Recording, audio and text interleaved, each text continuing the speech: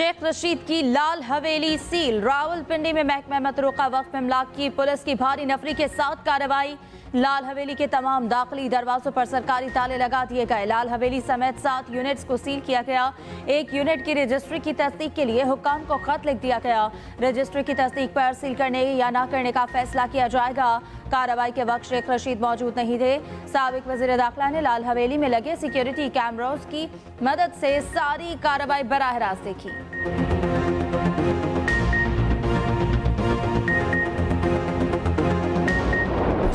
40-50 साल से यहाँ जो सिक्योरिटी थी पहले उसको हटाया गया। उसके बाद इन्होंने रेंजर से मदद मांगी, अल्लाह उनका भला करे। उन्होंने कहा भी जायदादों पर कब्जा कराना हमारा काम नहीं है। एफसी से मदद मांगी, दोनों जर्नैलों ने इनको इनकार किया। शेख रशीद ने लाल हवेली सील करने का इकदाम लाहौर हाईकोर्ट रावलपिंडी बेंच में चैलेंज कर दिया। एक्सप्रेस न्यूज के प्रोग्राम एक्सप्रेसो में गुफ्तगू करते हुए शेख रशीद ने कहा, लाल हवेली पर शब खून मारा गया, लाल हवेली कहीं नहीं जा रही, ये लोग जा रहे हैं। मीडिया से गुफ्तगू में शेख रशीद ने चैलेंज किया, किसी में हिम्मत है तो लाल हवेली गिरा कर दिखाओ, उमर के इस हिस्से में तंग ना किया जाए, मैं एक कॉल दूंगा और मरी रोड ब्लॉक कर दूंगा। एक सवाल के जवाब में शेख रशीद ने कहा, पेट्रोल की कीमत में इजाफे से लोग बहुत परेशान हैं, अवाम हुकूमत से तंग आ गए। शेख रशीद ने लाल हवेली सील करने के फुटेज खुद जारी कर दी।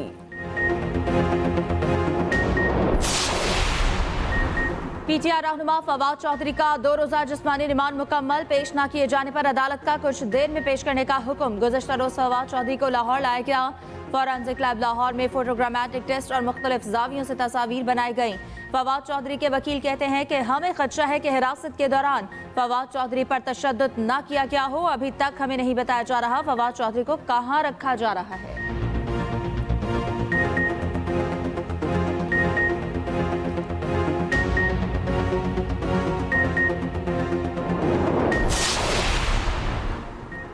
नब्बे रोज में इलेक्शन होने चाहिए। सवाल ये है, तारीख का ऐलान किसने करना है, ये हम ढूंढ लेंगे। पंजाब में जनरल इलेक्शन की तारीख के लिए पीटीआई की दरख्वास्त पर लाहौर हाईकोर्ट में समाअत जस्टिस जवाद हसन ने कहा, आपको मुझे मुतमईन करना है कि आइन में कितनी मरतबा 90 रोज में इलेक्शन कराने का जिक्र है। आप सबसे पहले इलेक्शन कमीशन को फरीक बनाएं। अदालत का गवर्नर पंजाब के वकील की जानिब से तैयारी न करके आने पर इजहार बरहमी। विफाकी हुकूमत के वकील से पूछा, ये जमहूरियत का मामला है, मुल्क में महंगाई बढ़ रही है, बुरा हाल है, क्या कर रहे हैं आप लोग। अदालत ने तहरीक इंसाफ की दरख्वास्त समाअत के लिए मंजूर कर ली।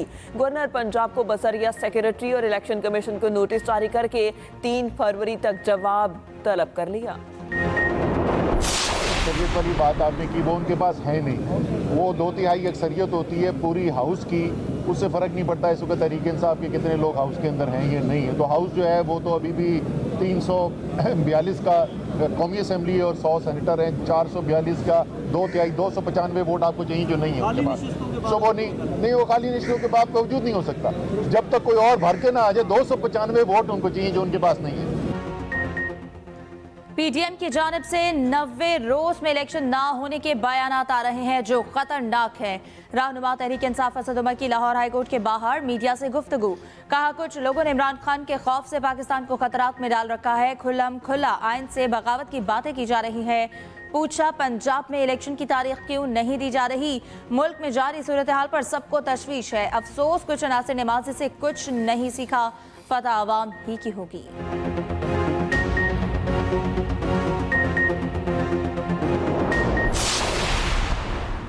इमरान खान इल्जामात का सबूत अदालत में पेश करें या अपने झूठ पर साबिक सदर आसिफ अली सरदारी से मुआफ़ी मांगें। विफाकी वज़ीर सेनेटर शहरी रहमान का ट्वीट। शहरी रहमान कहती हैं, इल्ज़ाम तराशी को किसी भी सूरत में बर्दाश्त नहीं किया जाएगा। पीपल्स पार्टी इमरान खान के खिलाफ कानूनी कार्रवाई का इरादा रखती है। इमरान खान दूसरों पर इल्ज़ाम लगाकर सियासत में रहने की कोशिश कर रहे हैं। ये खुद दहशतगर्द तंजीमों के इत्तेहादी हैं।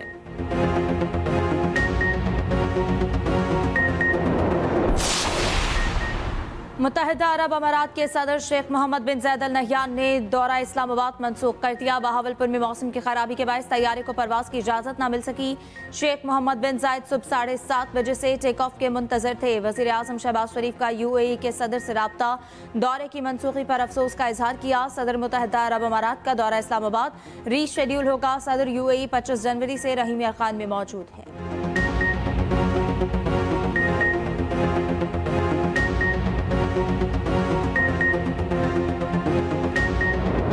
इंटरबैंक मार्केट में डॉलर की उड़ान तेज, ₹2.53 इजाफे से $1 265.13 का हो गया। दूसरी जानिब कारोबारी हफ्ते के आगाज पर पाकिस्तान स्टॉक एक्सचेंज में तेजी का रुझान। 100 इंडेक्स 153 पॉइंट इजाफे से 40,600 की सतह पर ट्रेड कर रहा है।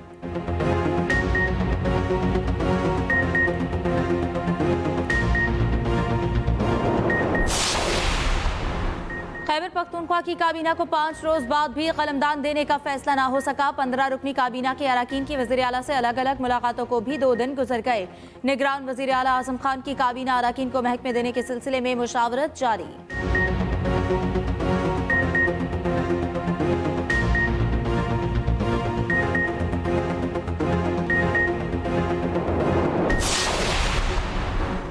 महकमा वक्फ मकतरूका अमलाक ने रावलपिंडी में एजुकेशन दफातर भी सील कर दिए। स्कूल्स, एजुकेशन और कॉलेजेस डायरेक्टोरेट सील होने से डायरेक्टर कॉलेजेस समेत कॉलेजेस और स्कूल के दफातर के साथ साथ लिटरेसी दफातर भी सील हो गए।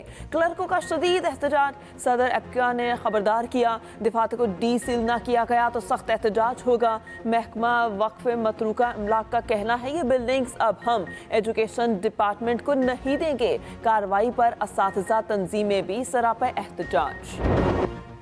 लाहौर में बादल बरस पड़े, कहीं हल्की कहीं तेज बारिश। गुजरांवाला, काला शाह काकू, समड़ियाल, सराय मुखल, मानावाला समेत गिरदोनवाह में मूसलाधार बारिश। पहाड़ों पर बर्फबारी का सिलसिला फिर तेज। चित्राल में हर चीज बर्फ की चादर तले छुप गई।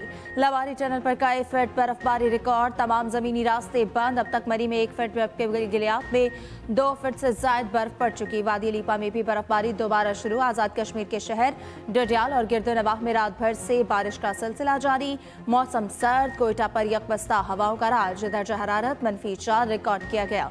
महकमे मौसमियात के मुताबिक बारिशों और बर्फबारी का मौजूदा सिलसिला आज शाम तक जारी रहेगा।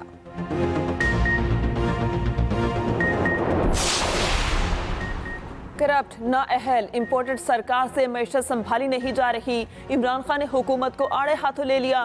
पेट्रोलियम मसनूआत की कीमतों में इजाफा मुस्तरद कर दिया। चेयरमैन PTI ने कहा पेट्रोलियम मसनूआत डॉलर बढ़ाकर तनख्वाहदार तबके को कुचल दिया। बिजली और गैस की कीमत बढ़ेगी। महंगाई 35% तक बढ़ने की तवक्को है। असद उमर ने कहा पहले ही तारीख की बदतरीन महंगाई है, अल्लाह कौम पर रहम करे, इस अजाब से निजात दिलाए। शाह महमूद कुरैशी बोले अवाम कब तक इनकी नाअहली की कीमत अदा करेंगे। यास्मीन राशिद का इसहाक डार को घर जाने का मशवरा।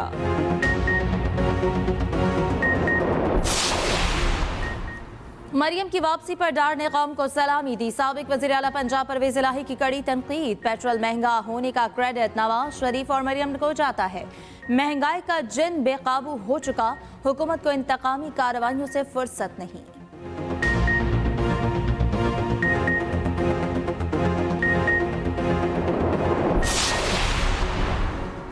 जखीरा अंदोजों की चांदी आवाम को दिल खोल कर लूटा। पेट्रोल की कीमतें बढ़ते ही पेट्रोल पंप खुल गए। मुख्तलिफ शहरों में मसनूई बहरान यकदम खत्म हो गया।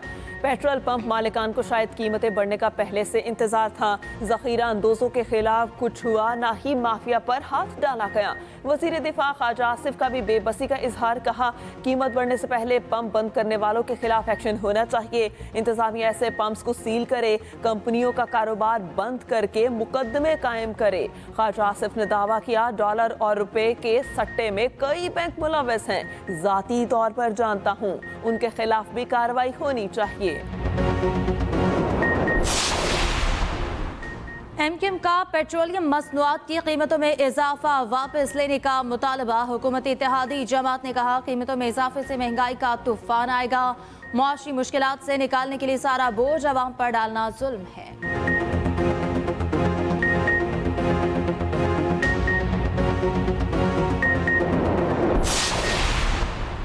कोई जादू की छड़ी नहीं, माशी बहरान हल करने में वक्त लगेगा। वज़ीर ख़जाना इसहाक डार ने हाथ खड़े कर दिए। हुकूमती इक़दामात पर तनकीद का जवाब, कहा माशी बहरान 5 साल की तबाही का नतीजा है। मसाइल के हल के लिए मुज़ाकरात ही वाहिद रास्ता है। इसहाक डार ने दहशतगर्दी को मुल्क का सबसे बड़ा चैलेंज करार दे दिया। कहा तशद्दुद से कोई मसला कभी हल नहीं हुआ। नेशनल एक्शन प्लान पर जिस तरह अमल होना चाहिए था वो नहीं हुआ। पाचा खान कॉन्फ्रेंस से खिताब में यूसुफ रज़ा गिलानी बोले, पाकिस्तान इस वक्त आइन और एटमी ताकत की बदौलत कायम है। आइन और कानून की बालादस्ती से ही मुल्क तरक्की कर सकता है।